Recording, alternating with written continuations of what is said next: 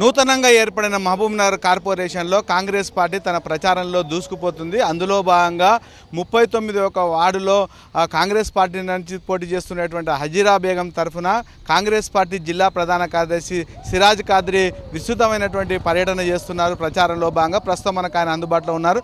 అడిగి తెలుసుకుందాం. సార్ చెప్పండి, యొక్క ప్రచారంలో ప్రజల నుంచి మీకు ఏ రకమైనటువంటి స్పందన వస్తుంది? ప్రజల స్పందన బ్రహ్మాండంగా ఉంది.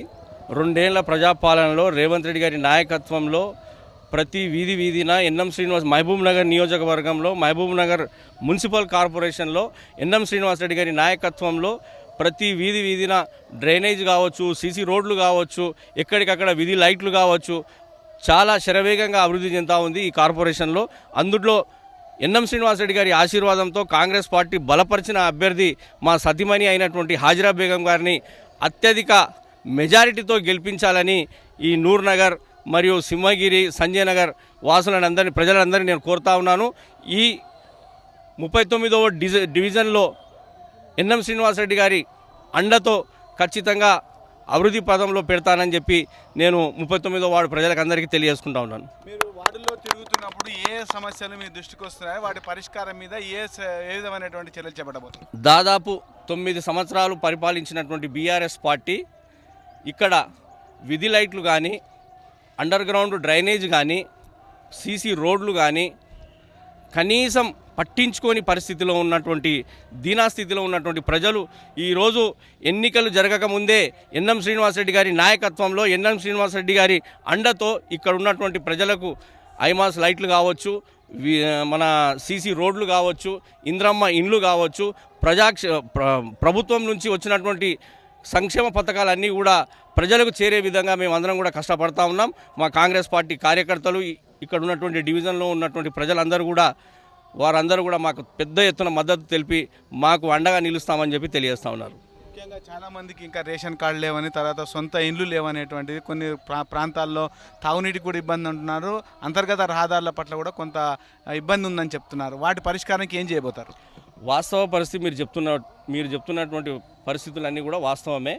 ఇప్పుడు ప్రజాపాలనలో లోపల 2 ఏళ్ళు గడిచిన తర్వాత ఇప్పుడు రాబోయే రోజుల్లో కొంత మెరుగ్గా పరిస్థితి అవుతా ఉన్నది. సీసీ రోడ్లు కావచ్చు, డ్రైనేజ్ కావచ్చు, నీటి వసతి అనేది ఇప్పుడు ఒక నాయకుడు వచ్చి 16 రోజులకు మహబూబ్నగర్లో నీళ్ళు వచ్చేవి, 14 రోజులకు మహబూబ్నగర్లో నీళ్ళు వచ్చేవి అని నాయన ఒక్కసారి గుర్తు చేసుకో.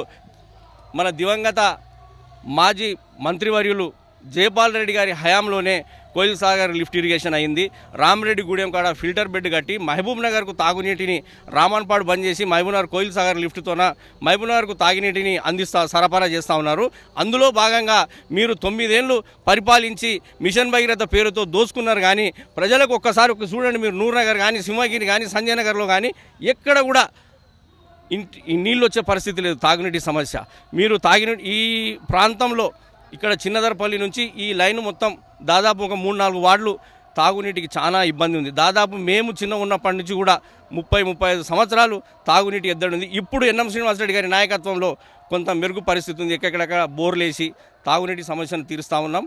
మా అపర భగీరథుడు ఎన్ఎం శ్రీనివాసరెడ్డి గారి నాయకత్వంలో ప్రతి డివిజన్లో బ్రహ్మాండమైన అభివృద్ధి చెందుతూ ఉంది.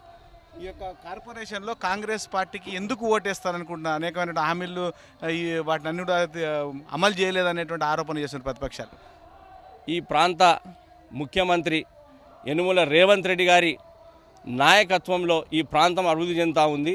మహబూబ్నగర్ జిల్లా వాసి మరియు ఎన్ఎం శ్రీనివాసరెడ్డి గారి నాయకత్వంలో విద్య కావచ్చు, వైద్యం కావచ్చు, మహబూబ్నగర్ పట్టణంలోని 600 కోట్లతోన అండర్ గ్రౌండ్ డ్రైనేజ్ కావచ్చు, 228 కోట్లతోన త్రాగునీటి సమస్య తీర్చడానికి, మరియు అనేక కళాశాలలు, ఇంజనీరింగ్ కళాశాలలు, విద్య పైన అనేక కళాశాలలు శాంక్షన్ చేపించి ఎక్కడికక్కడ అభివృద్ధి పైన దృష్టి పెట్టి గతంలో ఉన్న పాలకుల్లాగా కాకుండా పాలకుడు కాదు సేవకుడు అనే విధంగా ఎన్ఎం శ్రీనివాసరెడ్డి గారు మమ్మల్ని అందరినీ ఒక ఆదర్శవంతమైన నాయకత్వాన్ని ఇవ్వాలి ఈ మహబూబ్నగర్ నియోజకవర్గం అని చెప్పి మమ్మల్ని అందరినీ కూడా ముందుకు నడిపిస్తూ ఉన్నారు.